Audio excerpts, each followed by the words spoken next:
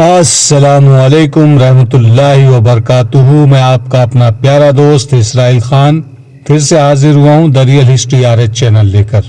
سلطان صلاح الدین ایوبی کی داستان آج کے کردار میں ہے علی بن سفیان، سلطان صلاح الدین ایوبی، موبی، بالیان، میگنانا ماریوس اور اس کے ساتھ 20 قاتل۔ امید ہے آپ کو یہ کہانی اچھی لگتی ہوگی۔ یہ آپ کا اپنا چینل ہے، اسے لائک کریے، سبسکرائب کریے، شیئر کریے، کمنٹ کریے۔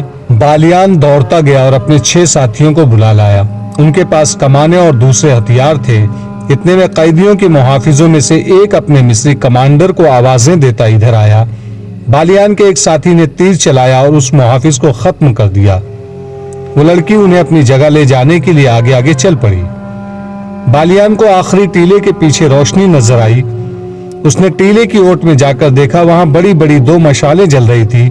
ان کے ڈنڈے زمین میں گڑے ہوئے تھے۔ ان کے اوپر والے سروں پر تیل میں بھیگے ہوئے کپڑے لپٹے ہوئے تھے جو جل رہے تھے۔ بالیان اپنے ساتھیوں کے ساتھ اندھیرے میں تھا۔ اسے روشنی میں 5 لڑکیاں الگ کھڑی نظر آ رہی تھی اور محافظ بھی دکھائی دے رہے تھے۔ ان کے درمیان 5 لاشیں پڑی تھی جن میں تیر اترے ہوئے تھے۔ موبی اور دوسری لڑکیوں کی سسکیاں نکلنے لگی۔ موبی کے اکسانے پر بالیان نے اپنے ساتھیوں سے کہا کہ یہ تمہارا شکار ہے، تیروں سے ختم کر دو۔ ان کی تعداد اب 14 تھی۔ ان کی بدقسمتی تھی کہ وہ روشنی میں تھے۔ بالیان کے ساتھیوں نے کمانوں میں تیر ڈالے۔ تمام تیر ایک ہی بار کمانوں سے نکلے۔ دوسرے ہی لمحے کمانوں میں 6 اور تیر آ چکے تھے۔ ایک ہی بار قیدیوں کے 6 محافظ ختم ہو گئے۔ باقی ابھی سمجھ ہی نہ سکے تھے کہ یہ تیر کہاں سے آئے ہیں۔ 6 اور تیروں نے 6 اور محافظوں کو گرا دیا۔ باقی 2 رہ گئے تھے۔ ان میں سے ایک اندھیرے میں غائب ہو گیا، دوسرا ذرا سست نکلا اور وہ بھی سوڈانیوں کے بیک وقت 3 تیروں کا شکار ہو گیا۔ 3 شتربان رہ گئے تھے جو سامنے نہیں تھے۔ وہ اندھیرے میں کہیں ادھر ادھر ہو گئے۔ مشالوں کی روشنی میں اب لاشیں ہی لاشیں نظر آ رہی تھی۔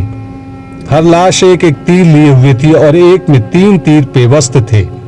موبی دوڑ کر لڑکیوں سے ملی۔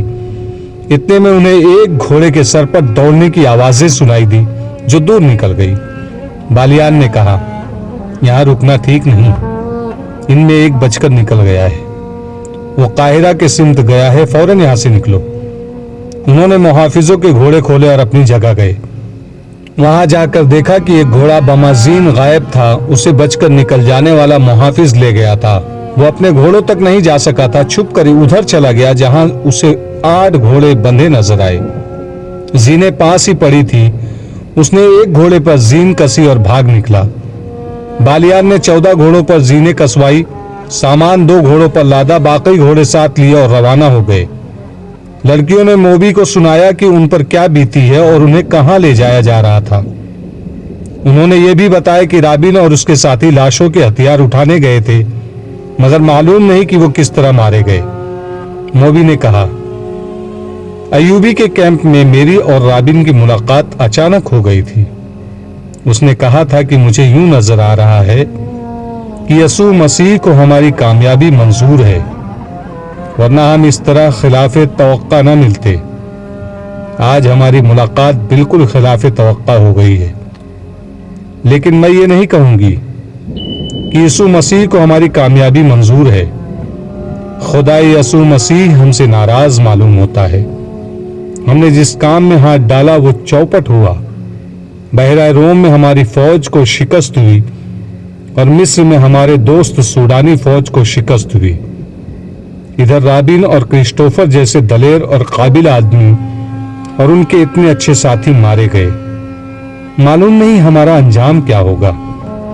ہمارے جیتے جی تمہیں کوئی ہاتھ نہیں لگا سکتا۔ بالیان نے کہا، میرے شیروں کا کمال تم نے دیکھ لیا ہے۔ جس وقت قیدیوں کا قافلہ لاشوں کے پاس ٹینوں میں رکا تھا، اس وقت ساحل پر سلطان ایوبی کی فوج کے کیمپ میں 3 آدمی داخل ہوئے۔ وہ اٹلی کی زبان بولتے تھے۔ ان کا لباس اٹلی کے دیہاتیوں جیسا تھا۔ ان کی زبان کوئی نہیں سمجھتا تھا۔ اٹلی کے جنگی قیدیوں سے معلوم کیا گیا۔ انہوں نے بتایا کہ یہ اٹلی سے آئے ہیں اور اپنی لڑکیوں کو ڈھونڈتے پھر رہے ہیں۔ یہ یہاں کے سالار سے ملنا چاہتے ہیں۔ انہیں بہاؤالدین شداد کے پاس پہنچا دیا گیا۔ صلاح الدین ایوبی کی غیر حاضری میں شداد کیمپ کمانڈر تھا۔ اٹلی کا ایک جنگی قیدی بلایا گیا۔ وہ مصر کی زبان بھی جانتا تھا۔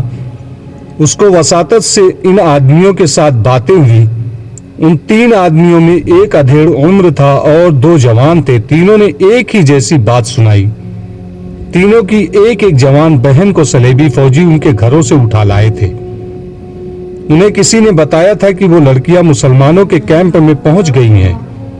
یہ اپنی بہنوں کی تلاش میں آئے تھے۔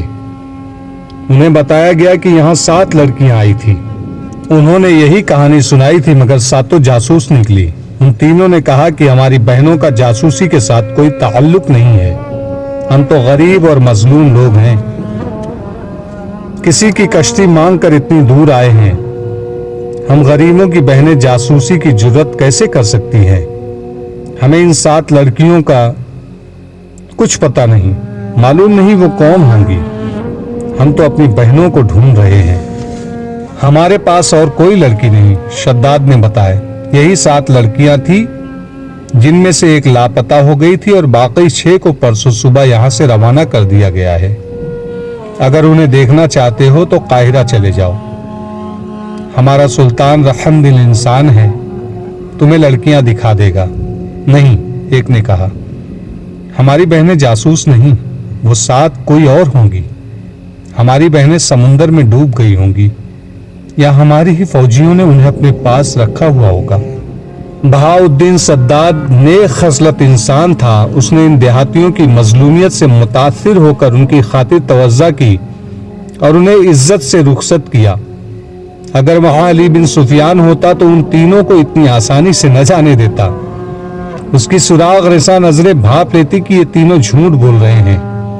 تینوں چلے گئے۔ کسی نے بھی نہ دیکھا کہ وہ کہاں گئے ہیں۔ وہ چلتے ہی چلے گئے اور شام تک چلتے ہی رہے۔ کیمپ سے دور جہاں کوئی خطرہ نہ تھا وہ چٹانوں کے اندر چلے گئے۔ وہاں ان جیسے 18 آدمی بیٹھے ان کا انتظار کر رہے تھے۔ ان تینوں میں جو ادھیڑ عمر تھا وہ میگنانا ماریوس تھا۔ یہ صلیبیوں کی وہ کمانڈو پارٹی تھی جسے لڑکیوں کو آزاد کرانے اور اگر ممکن ہو سکے تو سلطان ایوبی کو قتل کرنے کا مشن دیا گیا تھا۔ ان تینوں نے کیمپ سے کچھ اور ضروری معلومات بھی حاصل کر لی تھی۔ یہ بھی معلوم کر لیا تھا کہ صلاح الدین ایوبی یہاں نہیں قاہرہ میں ہے۔ شداد کے ساتھ باتیں کرتے جہاں انہیں یہ معلوم ہو گیا تھا کہ لڑکیاں قاہرہ کو روانہ کر دی گئی ہے، وہاں انہوں نے یہ بھی معلوم کر لیا تھا کہ ان کے ساتھ 5 مرد قیدی بھی ہیں۔ یہ پارٹی ایک بڑی کشتی میں آئی تھی۔ انہوں نے کشتی ساحل پر ایک ایسی جگہ باندھ دی تھی جہاں سمندر چٹان کو کاٹ کر اندر تک گیا ہوا تھا۔ ان لوگوں کو اب قاہرہ کے لیے روانہ ہونا تھا مگر سواری نہیں تھی۔ یہ 3 آدمی جو کیمپ میں گئے تھے یہ بھی دیکھ آئے تھے کہ اس فوج کے گھوڑے اور اونٹ کہاں بندھے ہوئے ہیں۔ انہوں نے یہ بھی دیکھا تھا کہ کیمپ سے جانور چوری کرنا آسان نہیں۔ 21 گھوڑے یا اونٹ چوری نہیں کیے جا سکتے تھے۔ ابھی سورج طلوع ہونے میں بہت دیر تھی۔ وہ پیدل ہی چل پڑے۔ اگر انہیں سواری مل جاتی تو وہ قیدیوں کو راستے میں ہی جا لینے کی کوشش کرتے۔ اب وہ یہ سوچ کر پیدل چلے کہ قاہرہ میں جا کر قیدیوں کو چھڑانے کی کوشش کریں گے۔ سب جانتے تھے کہ یہ زندگی اور موت کی مہم ہے۔ صلیبی فوج کے سربراہوں اور شاہوں نے انہیں کامیابی کی صورت میں جو انعام دینے کا وعدہ کیا تھا وہ اتنا زیادہ تھا کہ کوئی کام کیے بغیر اپنے کنبوں سمیت ساری عمر آرام اور بے فکری کی زندگی بسر کر سکتے تھے۔ میگنانا ماریوس کو جیل خانے سے لایا گیا تھا۔ اسے ڈاکہ زنی کے جرم میں 30 سال سزائے قید دی گئی تھی۔ اس کے ساتھ 2 اور قیدی تھے جن میں ایک کی سزا 24 سال اور دوسرے کی 27 سال تھی۔ اس زمانے میں قید خانے عذاب خانے ہوتے تھے۔ قذاب جسے کہتے ہیں مطلب جہاں پر لوگ مر جاتے ہیں، کوئی نکالنے والا نہیں۔ مجرم کو انسان نہیں سمجھا جاتا تھا، بڑی ظالمانہ مشقت کی جاتی تھی اور ان سے بہت محنت کرائی جاتی تھی۔ مویشیوں کی طرح کھانے کو بیکار خوراک دی جاتی تھی۔ قیدی رات کو بھی آرام نہیں کر سکتے تھے۔ ایسی قید سے موت بہتر تھی۔ ان تینوں کو انعام کے علاوہ سزا معاف کرنے کا وعدہ دیا گیا تھا۔ صلیب پر حلف لے کر انہیں اس پارٹی میں شامل کیا گیا تھا۔ جس پادری نے ان سے حلف لیا تھا اس نے انہیں بتایا تھا کہ وہ جتنے مسلمانوں کو قتل کریں گے اس سے 10 گنا ان کے گناہ بخشے جائیں گے، اور اگر انہوں نے صلاح الدین ایوبی کو قتل کیا تو ان کے تمام گناہ بخش دیے جائیں گے، اور اگلے جہان خدا یسوع مسیح انہیں جنت میں جگہ دے گے۔ یہ معلوم نہیں کہ یہ تینوں قید خانے کے جہنم سے آزاد ہونے کے لیے موت کی اس مہم میں شامل ہوئے تھے، یا اگلے جہان جنت میں داخل ہونے کے لیے، یا انعام کا لالچ انہیں لے آیا تھا، یا وہ نفرت جو ان کو مسلمانوں کے خلاف ان کے دلوں میں ڈال دی گئی تھی۔ بہرحال وہ عزم کے پختہ معلوم ہوتے تھے، اور ان کا جوش و خروش بتا رہا تھا کہ وہ کچھ کر کے ہی مصر سے نکلیں گے یا جانیں قربان کر دیں گے۔ باقی 18 تو فوج کے منتخب آدمی تھے، انہوں نے جلتے ہوئے جہازوں سے جانیں بچائی تھی اور بڑی مشکل سے واپس گئے تھے۔ وہ مسلمانوں سے اس ذلت آمیز شکست کا انتقام لینا چاہتے تھے۔ انعام کا لالچ تو تھا ہی، یہی جذبہ تھا جس کے جوش سے وہ اندیکھی منزل کی سمت پیدل ہی چل پڑے۔ دوپہر کے وقت ایک گھوڑا سوار صلاح الدین ایوبی کے ہیڈ کوارٹر کے سامنے جا رکا۔ گھوڑے کا پسینہ پھوٹ رہا تھا اور سوار کے منہ سے تھکن کے مارے بات نہیں نکل رہی تھی۔ وہ گھوڑے سے اترا تو گھوڑے کا سارا جسم بڑی زور سے کانپا، گھوڑا گر پڑا اور مر گیا۔ سوار نے اسے آرام دیے بغیر اور پانی پلائے بغیر ساری رات اور آدھا دن مسلسل دوڑایا تھا۔ سلطان ایوبی کے محافظوں نے سوار کو گھیرے میں لے لیا، اسے پانی پلایا، اور جب وہ بات کرنے کے قابل ہوا تو اس نے کہا کہ کسی سالار یا کماندار سے ملا دو۔ سلطان ایوبی خود ہی باہر آ گیا تھا۔ سوار اسے دیکھ کر اٹھا اور سلام کر کے کہا، سلطان کا اقبال بلند ہو، بری خبر لایا ہوں۔ سلطان ایوبی اسے اندر لے گیا اور کہا، خبر جلدی سناؤ، قیدی لڑکیاں بھاگ گئی ہیں، ہمارا پورا دستہ مارا گیا ہے۔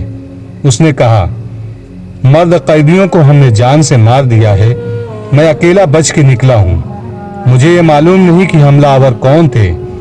ہم مشالوں کی روشنی میں اور وہ اندھیرے سے تیر آئے اور میرے تمام ساتھی ختم ہو گئے۔ یہ قیدیوں کے محافظوں کے دستے کا وہ آدمی تھا جو اندھیرے میں غائب ہو گیا تھا اور سوڈانیوں کا گھوڑا کھول کر بھاگ آیا تھا۔ اس نے گھوڑے کو بلا روکے سر پر دوڑایا تھا اور اتنا طویل سفر آدھے سے بھی تھوڑے وقت میں طے کر لیا تھا۔ سلطان صلاح الدین ایوبی نے علی بن سفیان اور فوج کے ایک نائب سالار کو بلا لیا۔ وہ آئے تو اس آدمی سے کہا کہ وہ اب ساری بات سنائے۔ اس نے کیمپ سے روانگی کے وقت سے بات شروع کی اور اپنے کمانڈر کے متعلق بتایا کہ وہ ایک قیدی لڑکی کے